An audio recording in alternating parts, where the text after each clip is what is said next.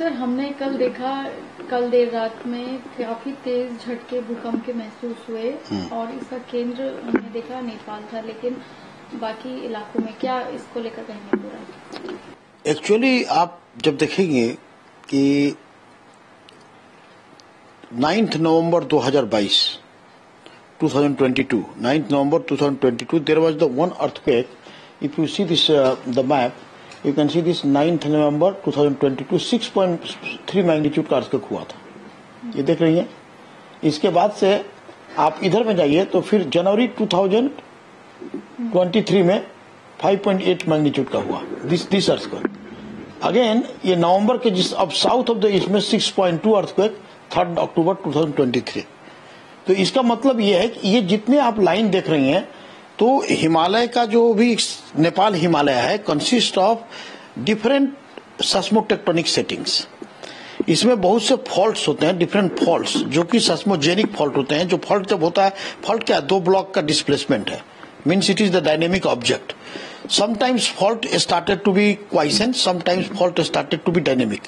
तो अभी जो नेपाल अर्थक्वेक का जो आपने देखा होगा, ये जो सबसे बड़ा अर्थक्वेक हुआ था 7.9 मैग्नीट्यूड का 25 अप्रैल 2015, ये इसका लोकेशन था, एपी सेंटर था।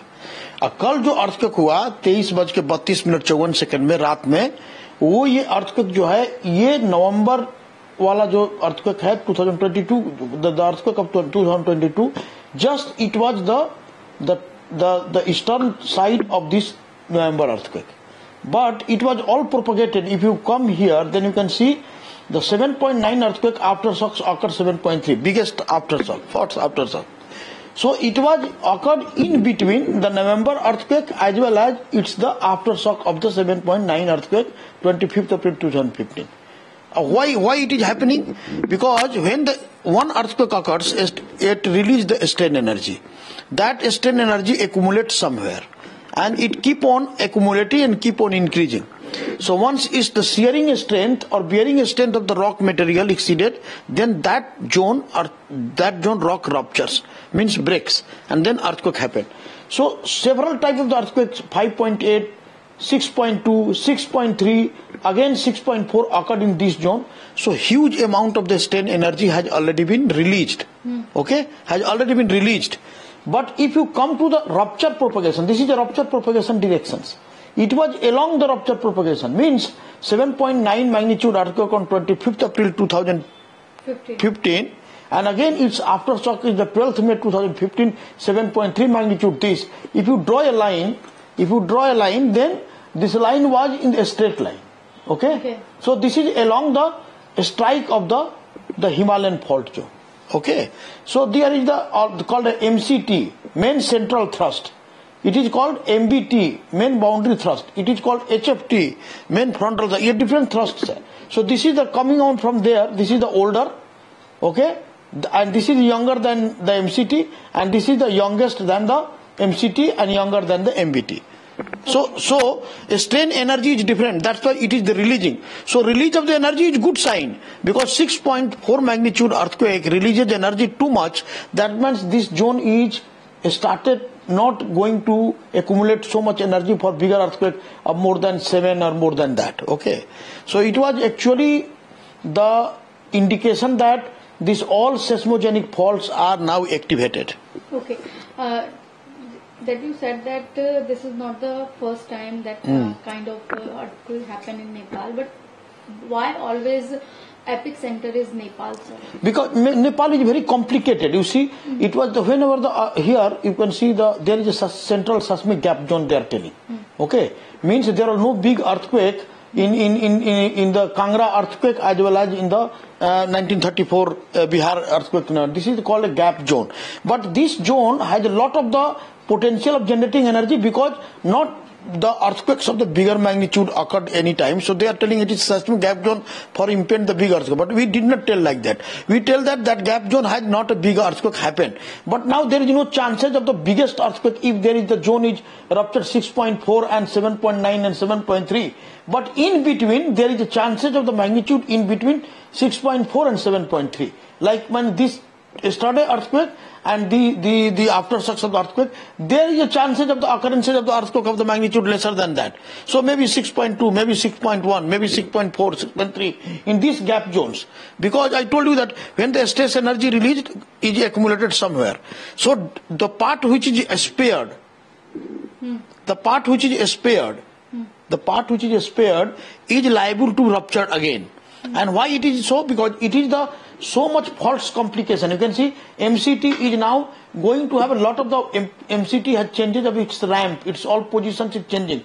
There is a lot of the culminations called in the geological age. There is a culminations or there is a buckling of the fault. So these all faults are itself a very stressed.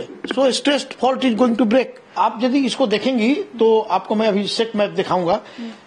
ये Himalaya has already connected to the different fault zone to the Delhi. Like so many Haridwar reaches are there. There is a lot of the Muzaffarabad faults are there. There are so many lineaments which is connected to the Nepal, and Nepal is the nearest in 300 to 400 kilometers. So whenever the shaking takes place, it tries to propagate in the directions of the propagations, and also where there is the weaker zone, it has started to propagate. Okay, so in Delhi we feel the intensity of the magnitude of intensity scale of 4 to 5 in between. 4 to 5 intensity. Original intensity was more about 6 intensity was there in the Nepal. But when Delhi come, we got the about in between 4 and 5. So that's why it was the strong shaking we felt. Why we felt? Because the gangetic alluvial materials as the amplified when the shaking take place. As a result, when amplification taking place, the person who are staying in the taller building, in the high rise building, in the highest floor, they felt more than the ground floor people. Okay, so it was very nearer and it was very much connected to the Nepal Himalaya or any of the Himalayan part of Delhi. It is very nearer to that. So you can see the shaking can be felt there, and many parts shaking is not only that. In Uttar Pradesh, we have felt the shaking. In the many places they have already got the shaking. So if you wanted to see this,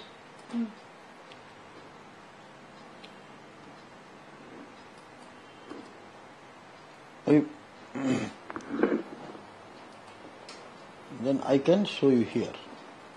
This is actually the shaking map. Okay, this is your shaking map. So this is the actually epicenter in the Nepal. This was the ear like eye. Okay. So here the intensity, you can see the color bar. The intensity was more than about this the 6 to 7. Okay. This was actually yellow is in the side, but at the center it was the 7 intensity, very strong intensity at Nepal. But when you come to Delhi here, Delhi is in this side. Okay. So you come to Delhi, then you see it was the reduced. Okay. It come to Delhi, it was the reduced, and it was in between there. Here is somewhere Delhi. Okay, so here is the Delhi. So it was in between 3 and 4 and 5 in between. There was this and this color, surf blue color. Okay, so that's why because of this 4 and 5 intensity is about perceptible intensity. So intensity is the degree of shaking, but magnitude 6.4 is the content of energy. Okay, so that's why more energy 6.4 generated, and then we felt the shaking also. So Delhi, already you can see the many places it was gone to many, even it was going to the different part of the Bhutan also. Bhutan people also felt the shaking. Okay, so in Indian part you can come here in the Lucknow, they got the shaking. Okay, so many places Prayagraj has got the shaking. Okay, so they got the, even the shaking was feeble shaking will go away from further air, but most of the part of the Himalaya, in the entire this Himalaya from Bhutan to Himachal Pradesh, they got the shaking. Okay. कई लोगों की death भी हो गई है, तो क्या future में भी इस तरीके के? Actually, earthquake does not kill the people. It is the structure that kills the people. So you can see 6.4 earthquake occur in Sonitpur in 2021 in Assam. There was nobody died. Okay, because that building it withstand because of the earthquake shaking on that day. But here magnitude is 6.4, but structures there in that they did not cope up. Okay. The structure did not cope up, and it was the night. Most people had slept also because it was the about 12 night, midnight. So it was, you can imagine that the 23, 32, 40, 54 seconds. It was more nearing the 12 o'clock. So most people slept in the Himalaya, okay, Himalayan region. So this causes that in the sleeping, if such type of shaking happens and the weaker building damage, nobody get any signal to come out from that. So most disastrous occurrences of the earthquake is the midnight. If it was happening the day, maybe nobody can die. Because everybody is out of the house, okay.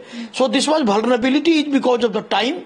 Vulnerability of this this earthquake in that surrounding region is because of the time. It is midnight nearing, and then it occurs all of the sudden sunset, and also the vulnerability of the building in which the people died.